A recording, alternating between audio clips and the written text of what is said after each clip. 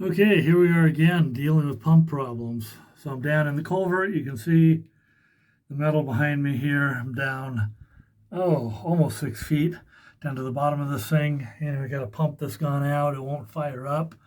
I've been checking a few things and just going to share with you, take you along on the adventure of dealing with water problems out in the nature preserve. So this pump's still pretty new. I don't think it's more than a year or two old. Anyway, it won't switch on. I've checked the pressure behind the tank. Let me just swing around. Let me pan her. Okay, so the bladder tank here, this little tire gauge Schrader valve, I think they call them, registers pretty close to what it should be. It's 22 psi. What I measured, it should be 28 when the tank's completely empty, so it's a little low, but only a few pounds.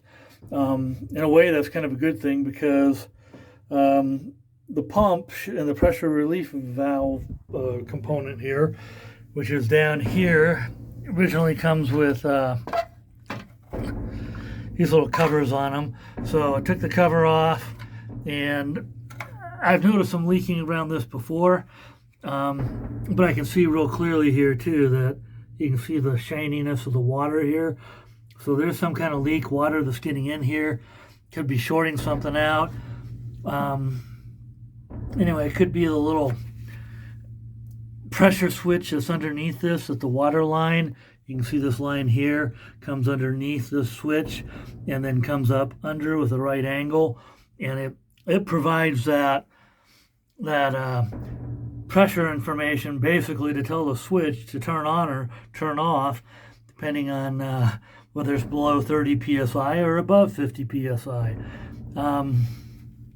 Anyway, everything kind of looks pretty good with it. You know, I look at these little guys here. I'll get up real close, but they don't look like they're horribly burned out or anything.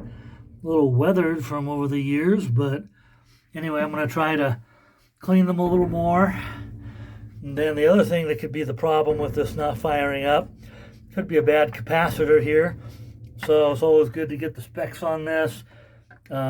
Take it up to the garage and test it with my little meter I got and see whether it's dead or alive. One of the telltale signs, of course, is if the top of the capacitor is bubbled out or has some sign of wear from being a little fried or something. But it looks brand new from here. Looks like it's in good shape.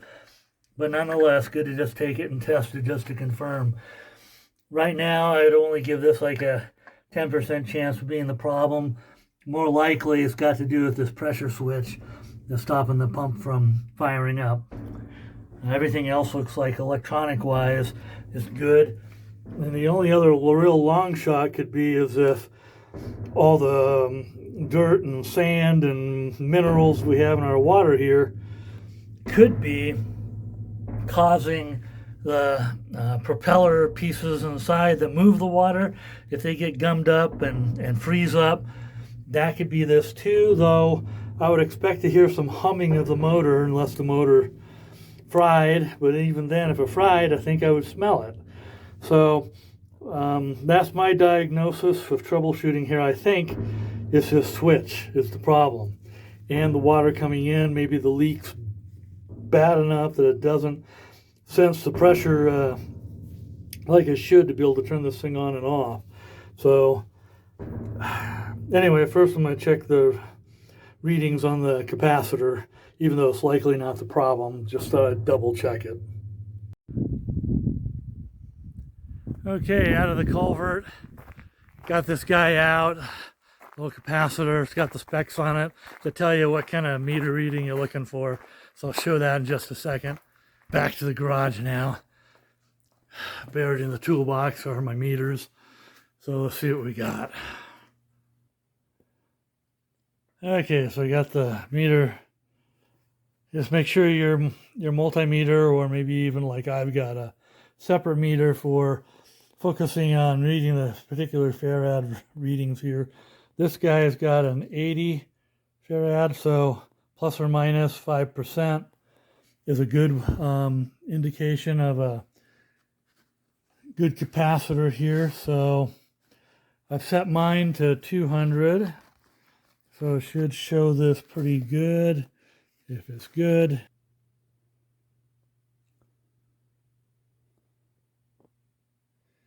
I'm getting about. So that kind of tells me what I expected, that the capacitor here is in good shape. Again, that plus minus 5% would be, what, about 4? So yeah, 78 is within the 76 to 84 range. So we got a good capacitor here.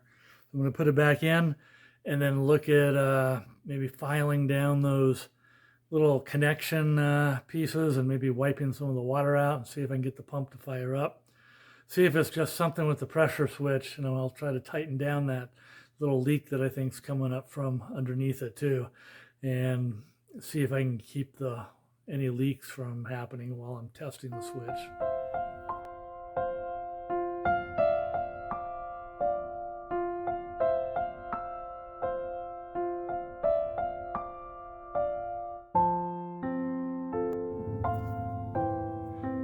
Okay, back in the culvert again, and down here on. I put the good capacitor back in place and screwed everything down. This particular model's got like 6 screws, 7 maybe, 6. Anyway, you just reverse what you did. Anyway, I did a little more checking on the underneath here. There's the water line that comes in. You can kind of see that water line that does a right angle to a big brass nut that comes in underneath it. Anyway, that was rock solid tight. So I don't think the leak's coming from that. As I took a blow dryer out of curiosity after wiping everything down in here real good, I started blow drying, and it did dry it everywhere on the left real good here where the puddle kind of was. But as I blew from the other side here, in this direction, then of course more water came out, which makes me think that little bladder that contains a little water that is underneath this might be where the leak is and is coming up through here. Anyway, I have a feeling we just need a new switch that doesn't have this leak. I'm probably going to fire this up just for grins. I have a feeling once the leak gets going again, something will probably short out and the pump will probably stop at that point. Again, it's probably just a matter of a new pressure switch. I think you can get them at any of the big box stores, Lowe's, Home Depot, or you can order on Amazon and wait a while. We can live without water for a while. We have a backup supply in town. We can always haul some to our tank once it starts getting low if the new switch hasn't arrived yet. Anyway, I'm going to check the specs on this, and you can see them real easily. And again, in the little box cover here on the inside, should give you an indication, all the details, what to replace with. Of course, you want the same type you got here. Make it simple on yourself. Anyway, those are my specs.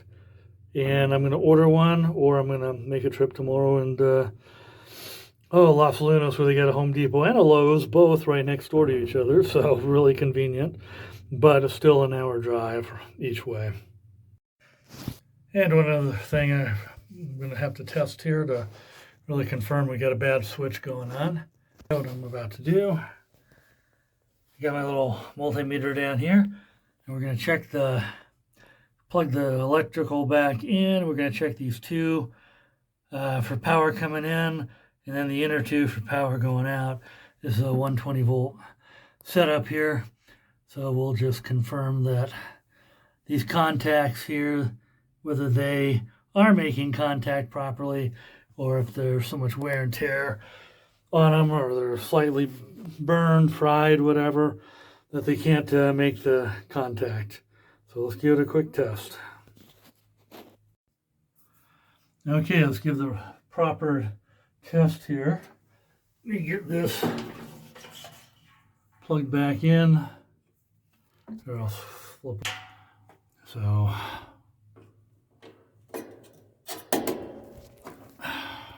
there we are, plugged back in. And down here, got a multimeter on alternating current. Try to space this out right for one hand while holding the camera with the other. Okay. You see 220 volts plus. Then the inside, see how they're doing. Get this right one-handed. Okay, you can see 0 there on the inside. That's the outbound to the pump, to the power. We're not getting any because these contacts are bad, and we're just going to have to get to the store or order from Amazon. Anyway, my better half here decided to come join us. Sure, he's okay. Yep, still got a pulse today. Managed not to electrocute myself. That's the most important thing to do before leaving. Unplug this. Don't leave it hot. And of course, I'll leave hot now. The little heaters, we have a redundancy here, so if one of them fails, they're both plugged in. So we can keep the little culvert area well above freezing, I hope, through this winter.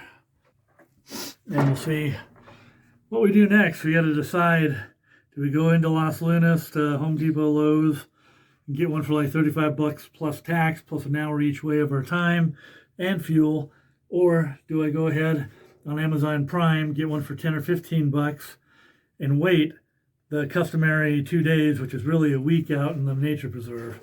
So we'll decide here and flip a coin, make a decision. Cheers. Cheers.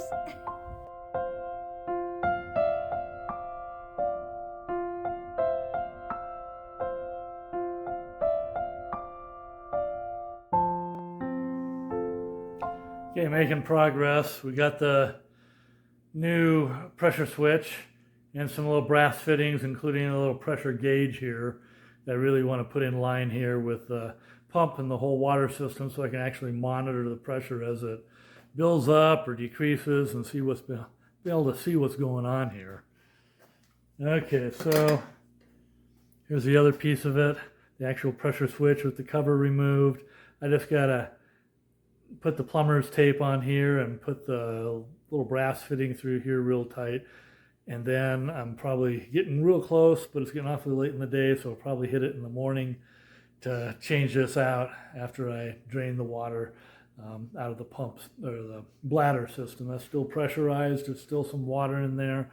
And the way we do that is I drain it through the RO system by removing this filter. But of course, first I gotta shut off the water here, so it's depressurized on this end. When I remove that filter, get the little bowls and buckets and what have you underneath it when I remove it, and get it out of the way, and to get ready to start catching the water once I throw the lever back on to drain everything out of the line in the tank. And then I'll be able to evaluate the tank a little more closely too. It does look like it's a little lower in pressure than it should, so I'll have to look at repressurizing it once I get all the excess pressure that's in it right now out. It should get down to 0, and then we should be able to fill it back up to the appropriate, 28 pounds of pressure in the actual bladder tank. Okay, got some success finally. It was really hard getting that nut that held the little switch on off, but I went and bought a little 1-inch ratchet, and that didn't loosen it. Didn't seem to really fit right. A little too big, I think. Anyway, I was able to take, I think it was a little claw style wrench, and get it started. From there, I was able to take the needle nose and keep spinning it till it finally came off. And I had put a bunch of WD-40 on it, like an hour earlier, just to make sure I give it all the help I can. Anyway, got the new one on. The little 6 wires hooked up, 3 from each side, just fine. I took a picture of them before I undid the old one, so I had the mapping. documented and just reversed everything and put it in place just like the picture I had. But it's pretty straightforward, the wiring diagram too, at least for these 120 volt systems. You can switch the pump over to 240 and wire it for 240 on the pump if you want. Pros and cons to that. A little more horsepower is my understanding and what have you, but there's other ways to play with it with the switch. You can adjust the pressure on the switch, which I'm going to do that tomorrow. Right now it's getting towards the end of the day. I know it looks kind of sunny and bright outside, but it's still pretty nice out here. I think we're getting a high in the low 60s still. It's really nice in the sun. The shade starts getting a little chilly. Judy couldn't handle the shade, so she went back inside. But anyway, I'll show you, flip around, show you what I got. So down in the culvert here, let me climb in. I'll show you what a new thing I did. See a little air compressor. I wish I had a better one. This one basically worked, but not as well as I wished it did. But it did the job. Had to back the car up real close to it and close to the culvert, which I didn't like doing that. Anyway, you can see it's getting down to 48 maybe, 46. It's dropping. It filled up to 50 earlier, and the pump should fire back on once it hits 30. I'm going to go back out there and stand and watch. No, I take that back. It's 36. We're dropping quick because the RO is running. Anyway, this is the new box I put on. Seems to be working really good, like I was saying. Had to do some creative plumbing down here with some brass fittings to get the pressure gauge in line so we could actually see what it says. And I confirmed comparing the pressure there to the pressure on the tank, and they matched perfectly. So I'm happy with that. Only last thing I wanted to do is put these little space heaters in, so because like I was saying, we're getting close to the harsh winters here of New Mexico. You know, some Decembers we have some pretty nice weather like we are today, which I'm real happy about that. But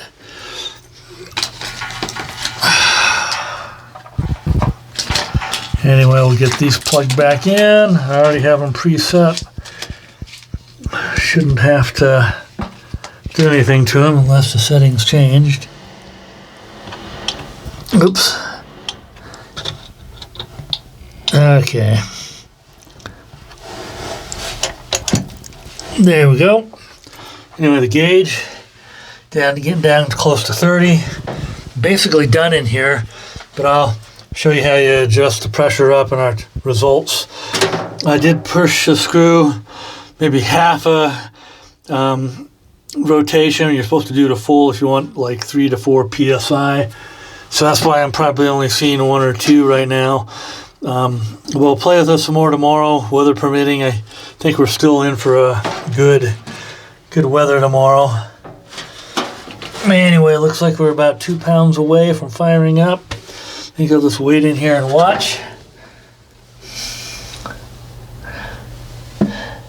Because we are draining the pressure as the RO system in the garage is processing water for us again. And it's looking really good in the garage too. We got a solid, nice, heavy stream coming out of the reverse osmosis. So that green tank or reservoir of clean RO water should fill up. It was getting down under 100 gallons left of the 300-gallon tank. And it had lasted us a few days since I started tearing this apart and we'd gotten home. So we'll hope for the best. We're like 31 right now. Yeah, so it's getting close to 2 pounds under 28. Come on.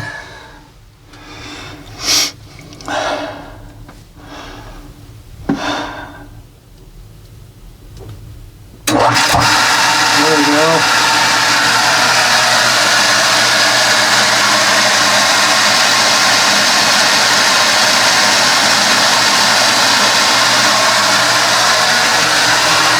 go ahead and let that run. Okay, I'm back down in the culvert one more time, and I'm just doing these final little adjustments in pressure, fine-tuning it. I've bumped it up to about 10 more PSI, maybe 8, but I was trying to get to about 50 PSI, which I've achieved, and all I did, I'll swing around and show, is in the little pressure switch here. You can see it's a little below right now, but anyway, it'll kick on when it gets down closer to 30 and then get back up above 50 is what I've been testing here. But anyway, you just take this little screw off and again, I'd turn the power off before I'd touch this, but this big screw here adjusts the range up or down. So I did adjust the range up about 5 PSI, and then the top of the range, or the next little screw here, and again, you turn these clockwise here to increase the pressure and counterclockwise to decrease. But then the little smaller screw adjusts the top end of the pressure. So this is a 20-40 switch, I think. Double check that. 30-50 switch. Anyway, the old switch wasn't, it was pretty much operating a range of like 20 to 40, even though it was also a 30-50 switch. Like I said, I've adjusted this up, so down here it will actually read when it's running higher than 50, more like or closer to 60, and then down to around 30 or so, 35, by just adjusting these screws. Again, the big one changes the range. It doesn't change the size of the pressure range. It just slides it up or down, while the smaller little screw, and I found about 2 PSI or so, maybe 1.5 to 2 PSI per revolution on each of these screws that it affects. So I've turned it probably 4, maybe 5 revolutions now, just to get them up to a wider range and a higher range. And that gives me, up in the garage now at the RO, I'm actually achieving 50 PSI coming in there. Though it drops down a little bit as the gauge here drops down before the pump kicks back in again. But that's the concept, and it's working pretty good now. And of course, it's really nice having this gauge here to actually see the pressure in the line here. Anyway, thanks for coming along and visiting us as we troubleshoot problems out here in the nature preserve. This is just one of those really crucial facts of life out here in New Mexico with water. Water is always a big concern. So anyway, thanks again, and we hope to post more in the future.